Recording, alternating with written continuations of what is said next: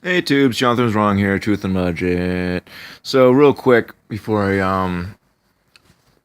go run amok. Oh, this is a good look. Um, Run amok. So two things. One. Spanx brought up a good point. Unfortunately, generally, if you're a Christian who believes the Bible, you also already know that the Earth is flat because spinning ball's stupid anyway. But anyway, yeah, when duh. I can't believe I don't know if but anyways, Spanx was like, hey, when God comes down from heaven, everyone's gonna see it at once. Were the Earth round? If the Earth was round, that would not be possible. Good call, my friend. Well played. Um, I mean, makes sense to everyone else, but then again, unfortunately, that's not going to be a very good argumentative point because people will just be like, well, the Bible's dumb. And then, like, it doesn't matter that you could literally point out, like, hey, look at this. Look at all this prophecy that, directly, like, hey, look how Jesus is all throughout the Old Testament. Like, look at all the references to the Son of Man. Look at the references to the cross. Look at the reference. No, it's like, oh, it's just, I don't know, blah blah blah. But anyway, very good point, sir. To any Christian that for some reason thinks that they live on a spinning ball and God makes mistakes and had to figure it out, tell them that because that's a very good point. And back to my second point. The whole 1 million monkeys on 1 million typewriters over the course of 1 million years could write Shakespeare and how stupid that sounds. That is the basis of all their science. All like the evolution, the like everything, like the space, all of it. It's none of the for any of their science to make sense and have it, things formed how they claim it formed, you would need an infinite amount of time. But even then, if there's no stopping, like when it's the difference between like success and mistakes, if there's nothing, if there's no one deciding what's good and what's bad, what's gonna make the good mistakes stick? If you're having all these random evolutionary traits, why do animals make sense? Why does every animal make sense? Every single one. What are you gonna be like a platypus? A platypus lays eggs and has fur and a beak and has two vaginas and all this other stuff. Yeah, they're pretty awesome, huh? But like they make sense. Those beaks are used to are leathery and are used to like feel things out in the water. They're like God's an artist, so he made an interesting animal. Okay, and does that mean that like evolutions is real? No, evolution is one of the dumbest things ever. If I mean, on a biological standpoint, from the basis, it doesn't make sense.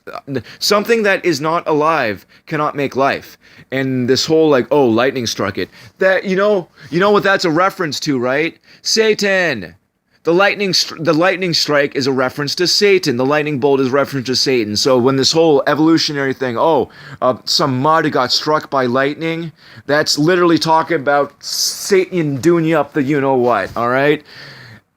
Everything has double meanings and everything is a big laugh in your face, okay? They're laughing at you. All this stuff is an effing joke. The whole million of monkeys taking a million years to write Shakespeare. Who do you think Shakespeare was? He wasn't an actor. Look into the whole Shakespeare thing, okay? Bacon wrote all that stuff, okay? Mr. Bacon. Look into him. I believe Francis Bacon. He's the one who invented "Do as Thou Wilt." He's the first. The Hellfire Clubs, all that stuff. He made all this stuff popular. Crowley was just continuing his work, and he did a lot of this stuff first. And a lot of what made modern society, including the works of Shakespeare, is all Bacon. All of it. And so many things revolve around that. Like the million monkeys over a million years could make Shakespeare, and a rose by any other name.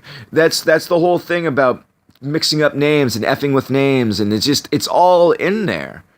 And if you think some actor with zero education who could barely sign his name like rewrote the English language and created all those works, you're a stupid person or you're ignorant, which is probably like you're just ignorant. No, ignorant does not mean you're stupid. It just means you don't know something. We're all ignorant. There's plenty of stuff that I'm ignorant about, but I will not argue about something that I'm ignorant on, because that's when it gets into stupid. But okay, and let me get into this real quick. Okay, William, will I am. That's blasphemy. Will I am is a blasphemous statement. That's why it's William. Shakespeare. Athena, the goddess Athena, was the spear shaker because she shook her spear at ignorance. Now, let's go back to the double meaning. Athena was a tranny. The spear is her you-know-what, and she's at, So, there you go. Sorry to get crude, but Satan is the great pervert, okay? All this stuff has double meanings. All of it. I'm sorry. I don't even want to get into what I think the rose might represent, but they all have double meanings, and, it's all... it's all gross. It's all dirty stuff. But anyway, it's all a joke. It's all a scam. And the fact that they need like trillions of years to work out all the planetary models and all this other stuff should be a huge indicator that it's nonsense. Because even if you don't know anything about anything, you know that a million monkeys on a million typewriters over the course of a million years cannot reproduce the works of anything. It's not statistically possible. Let's talk about statistics. They're bullcrap. Like things go from ridiculously simplistic to outrageously complicated, and there's very few things in between. So to try to create means and medians and averages in these things is asinine.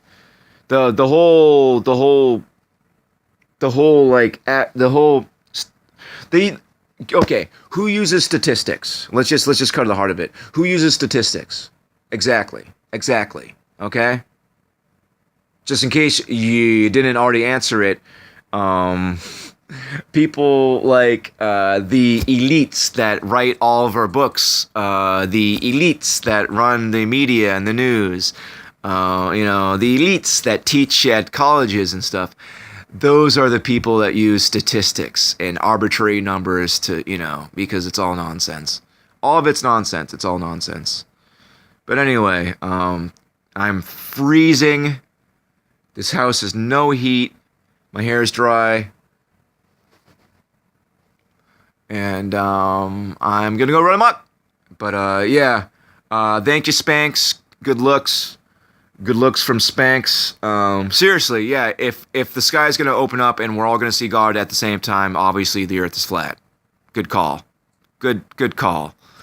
And yeah, look into Mr. Bacon. I think he's one of the most important, because we talk about Crowley, redefining Western civilization through drug use and the sexual whatnot and all that garbage.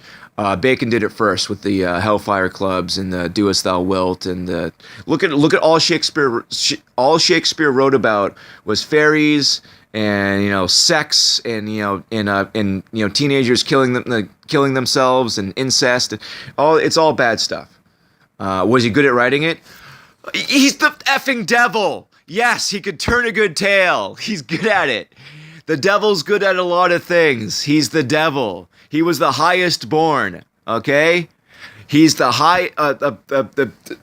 he's above all other angels, even Michael, okay? Satan is a powerful, intelligent dude. He's gonna be able to create nice looking things. Does that mean that they're good? No. it doesn't really need explanation. You know, think about anyone who's ever been in an abusive relationship. They can say really sweet things, can't they? They can be really nice, can't they? They can buy you something that you really wanted, can't they? But guess what? They don't give a crap about you. They're using you, and the second that you displease them or they're in a bad mood, they're going to lash out at you and hurt you. Are they a good person? No. Should you have anything to do with them? No. Anyway.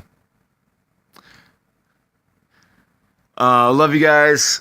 Oh, I'm so cold. I might, like, go get dressed in the shower. Like, not in the shower, in the bathroom with the shower running. Yeah, I'm gonna go get dressed in the shower and go out in the cold weather. I'd be found dead and like there's no photos of me. Like, I don't know. I don't photo well, so I don't like getting pictures taken of me. So there's literally a within the past 15 years, there's probably like less than a dozen photos of me. Anyway, blah blah blah. So yeah, if I was found dead, you probably wouldn't know it. Excuse me. Gross. Little phlegmy. I know, bad at goodbyes, right? I love you guys so much. Have a beautiful day. And God bless you.